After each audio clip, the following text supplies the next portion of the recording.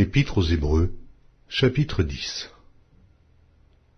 En effet, la loi qui possède du nombre des biens à venir, et non l'exacte représentation des choses, ne peut jamais, par les mêmes sacrifices qu'on offre perpétuellement chaque année, amener les assistants à la perfection. Autrement, n'aurait-on pas cessé de les offrir, parce que ceux qui rendent ce culte, étant une fois purifiés, n'auraient plus eu aucune conscience de leurs péchés. Mais le souvenir des péchés est renouvelé chaque année par ces sacrifices, car il est impossible que le sang des taureaux et des boucs ôte les péchés. C'est pourquoi Christ, entrant dans le monde, dit « Tu n'as voulu ni sacrifice, ni offrande, mais tu m'as formé un corps. Tu n'as agréé ni holocauste, ni sacrifice pour le péché. » Alors j'ai dit « Voici, je viens. » Dans le rouleau du livre, il est question de moi, pour faire, ô Dieu, ta volonté. Après avoir dit d'abord, tu n'as voulu et tu n'as agréé ni sacrifice, ni offrande, ni holocauste, ni sacrifice pour le péché, ce qu'on offre selon la loi. Il dit ensuite, voici, je viens pour faire ta volonté.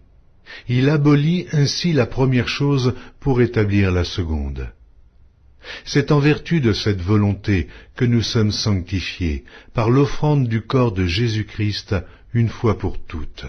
Et tandis que tout sacrificateur fait chaque jour le service et offre souvent les mêmes sacrifices qui ne peuvent jamais ôter les péchés, lui, après avoir offert un seul sacrifice pour les péchés, s'est assis pour toujours à la droite de Dieu, attendant désormais que ses ennemis soient devenus son marchepied, car par une seule offrande, il a amené à la perfection pour toujours ceux qui sont sanctifiés. C'est ce que le Saint-Esprit nous atteste aussi, car, après avoir dit « Voici l'alliance que je ferai avec eux, après ces jours-là, dit le Seigneur, je mettrai mes lois dans leur cœur, et je les écrirai dans leur esprit. » Il ajoute « Et je ne me souviendrai plus de leurs péchés ni de leur iniquité. » Or, là où il y a pardon des péchés, il n'y a plus d'offrande pour le péché.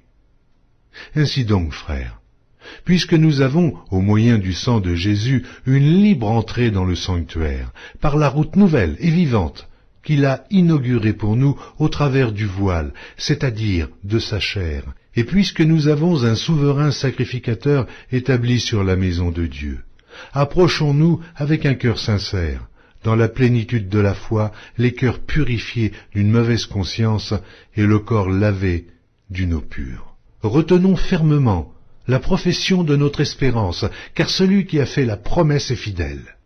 Veillons les uns sur les autres, pour nous exciter à la charité et aux bonnes œuvres. N'abandonnons pas notre assemblée, comme c'est la coutume de quelques-uns, mais exhortons-nous réciproquement, et cela d'autant plus que vous voyez s'approcher le jour.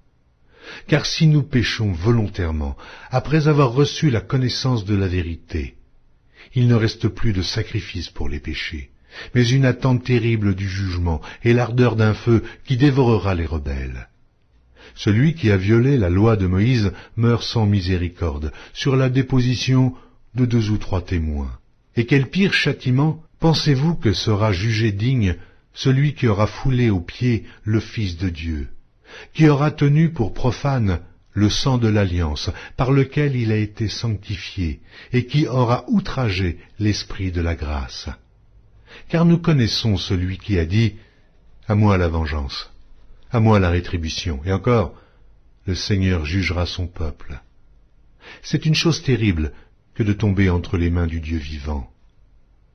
Souvenez-vous de ces premiers jours où, après avoir été éclairés, vous avez soutenu un grand combat au milieu des souffrances. D'une part exposé comme en spectacle aux opprobres et aux tribulations, et de l'autre, vous associant à ceux dont la position était la même. En effet, vous avez eu de la compassion pour les prisonniers, et vous avez accepté avec joie l'enlèvement de vos biens, sachant que vous avez des biens meilleurs et qui durent toujours. N'abandonnez donc pas votre assurance, à laquelle est attachée une grande rémunération. Car vous avez besoin de persévérance, afin qu'après avoir accompli la volonté de Dieu, vous obteniez ce qui vous est promis.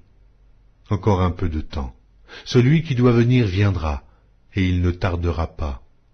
Et mon juste vivra par la foi, mais s'il se retire, mon âme ne prend pas plaisir en lui. Nous ne sommes pas de ceux qui se retirent pour se perdre, mais de ceux qui ont la foi pour sauver leur âme.